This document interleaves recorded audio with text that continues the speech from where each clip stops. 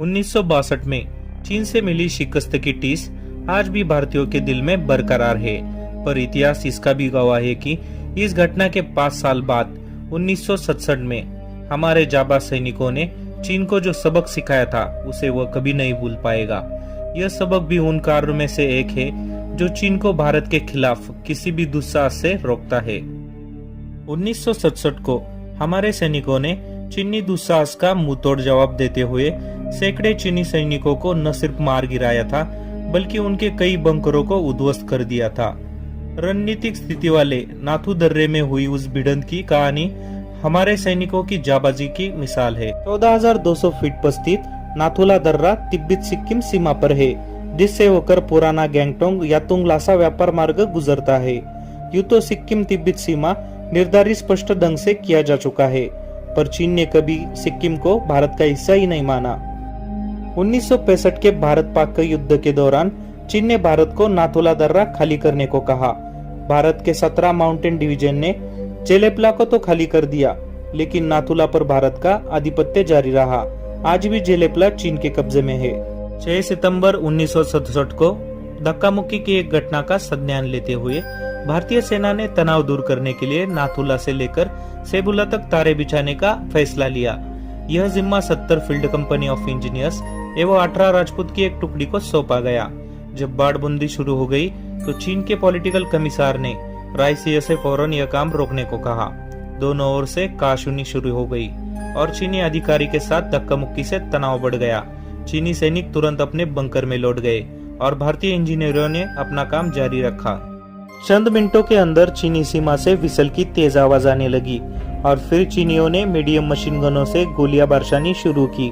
भारतीय सैनिकों ने शुरू में भारी नुकसान झेलना पड़ा, क्योंकि उन्हें चीन से ऐसे कदमों का अंदेशा नहीं था।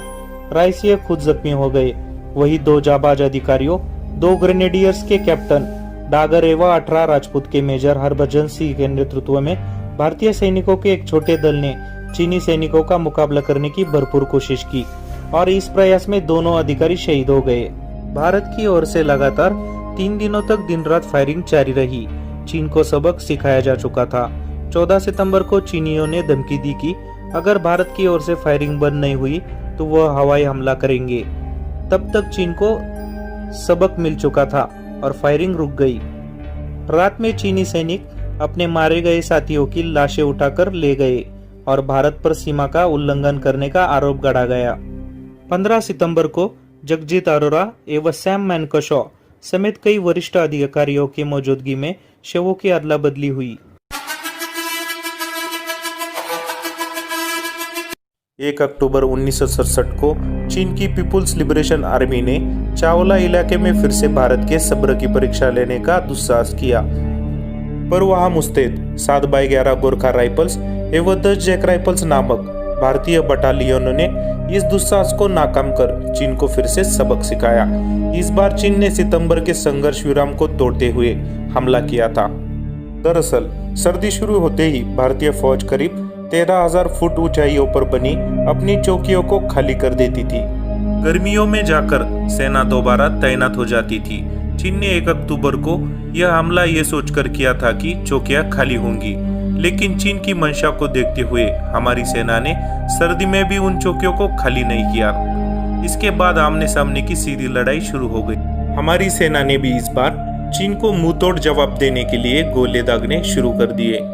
इस लड़ाई का नेतृत्व करने वाले थे 17वीं माउंटेन डिवीजन के मेजर जनरल सागत सिंह।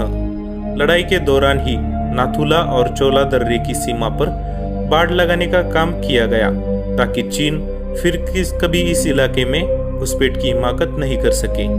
इस तरह 1967 की इस लड़ाई में भारतीय सेना ने चीनी हमलों को नाकाम कर दिया।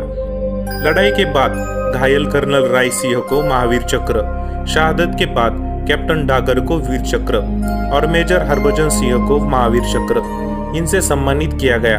बताया जाता है कि लड़ाई के दौरान जब भारतीय सेना के जवानों की गोलियां खत्म हो गई तो बहादुर अफसरों ने एवं जवानों ने अपनी खुखरी से कई चीनी अफसरों एवं जवानों को मौत के घाट उतार दिया था।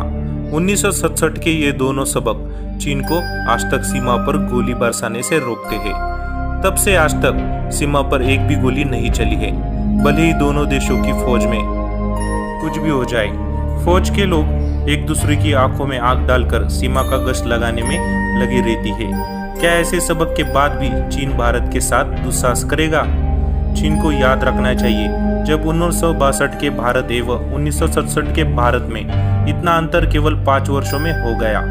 ऐसे में 2017 के परमाणु शक्ति संपन्न भारत से चीन की लड़ाई मुश्किल ही है। इस तरह चीन को अतीत की घटनाओं में 1967 को कभी भूलना नहीं चाहिए। 1967 के 20 बरस बाद भारत से चीन को फिर से गहरा झटका लगा, जिनकी बुनियाद 1986 में चीन की ओर से रखे जाने लगा। इस बार फिर टकराव पर चीन ने भारत को कहा कि भारत को इतिहास का सबक नहीं भूलना चाहिए, पर लगता है कि चीन भी कुछ भूल गया है। 1986 में भारतीय सेना ने शक्ति प्रदर्शन में PLA को बुरी तरह से हिला दिया था। इस संघर्ष की शुरुआत तवांग के उत्तर में समदोरंगचू रीजन में 1986 में हुई थी, जिसके बाद उस समय के सेना प्रमुख जनरल कृष्णस्वामी जी सुंदर जी के नेतृत्व में ऑपरेशन फाल्कन हुआ था। 1987 की झड़प की शुरुआत नामकाचू से हुई थी। भारतीय फौज नामकाचू के दक्षिण में ठहरी थी, लेकिन एक IB टीम समरदोरंगचू में पहुंच गई थी। ये जगह नायामजंगचू के दूसरे किनारे पर है। समदोरंगचू और नामकाचू दोनों नाले इस उत्तर से दक्षिण को बहने वाली नायामजंगचू नदी में गिरते हैं। 1985 में भारतीय फौज पूरी गर्मी में यहाँ डटी रही, लेकिन 1986 की गर्मियों में पहुंची चीनी सेना यहाँ मौजूद थी।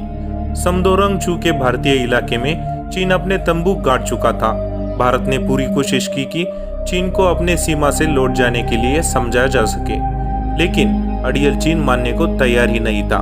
2017 की तरह 1987 में भी चीन और भारत की सेना आंखों में आंखें डाले सामने खड़ी थी, लेकिन इस बार भी चीन को जवाब मिलने वाला था। चीन ने पूर्व में लड़ाई की तैयारी पूरी कर ली थी। इधर भारतीय पक्ष ने भी फैसला ले लिया था कि इलाके में फौज को एकत्रित किया जाए। इसके लिए भारतीय सेना ने ऑपरेशन फाल्कन तैयार किया, जिसका उद्देश्य सेना को तेजी से सरहद पर पहुंचाना था। तवांग से आगे कोई सड़क नहीं थी, इसलिए जनरल सुंदर जी ने जेमिथांग नाम की एक जगह पर एक ब्रिगेड को एयरलैंड करने के लिए इंडियन एयरफोर्स को रूस से मिली हेवी लिफ्ट Mi-26 हेलीकॉप्टर का इस्तेमाल करने का फैसला किया। भारतीय सेना हातुंगला पहाड़ी पर पोजीशन संभाली थी, जहां से समदोईचू के साथ ही 3 और पहाड़ी इलाकों पर नजर रखी जा सकती थी। 1962 को चीन ने ऊंची जगह पर पोजीशन ली थी, परंतु इस बार भारत की बारी थी। जनरल सुंदर जी की रणनीति यहाँ पर खत्म नहीं हुई थी। ऑपरेशन फाल्कन के द्वारा लद्दाख के डेमचौक और उत्तरी सिक्किम में T-72 टैंक भी उतारे गए। अचंभित चीनियों को विश्वास नहीं हो रहा था। इस ऑपरेशन में भारत ने एक जानकारी के अनुसार 7 लाख सैनिकों की तैनाती की थी। लद्दाख से लेकर सिक्किम तक चीनियों ने घुटने टेक दिए। इस ऑपरेशन फाल्कन ने चीन को उसकी औकात दिखा दी। भारत ने शीघ्र ही इस मौके का लाभ उठाकर अरुणाचल प्रदेश को पूर्ण राज्य का दर्जा दे दिया। सदैव अतीत के गायन में व्यस्त रहने वाले ग्लोबल टाइम्स को 1967 एवं 1986 के उपरोक्त घुटने टेकने वाले घटनाओं के अतिरिक्त यह भी याद रखना चाहिए कि वियतनाम युद्ध के बाद चीनी सेनाओं ने कोई भी लड़ाई नहीं लड़ी है, जबकि भारतीय सेना सदैव पाकिस्तानी सीमा पर अघोषित युद्ध से संघर्ष करती रहती है। विशेषकर हिमालयी सरहदों में चीन की इतनी काबिलियत नहीं है कि वह भारत का मुकाबला कर सके। तुलनात्मक तौर पर भारत चीन के समक्ष भले ही कमजोर लग सकता है, परंतु वास्तविक स्थिति में ऐसा बिल्कुल नहीं है। 1967 के दोनों युद्ध ये स्पष्ट करते हैं कि अपनी विशिष्ट एवं अचूक रणनीति के द्वारा भारत न्यूनतम संसाधनों के बीच भी चीन को हराने में सक्षम है।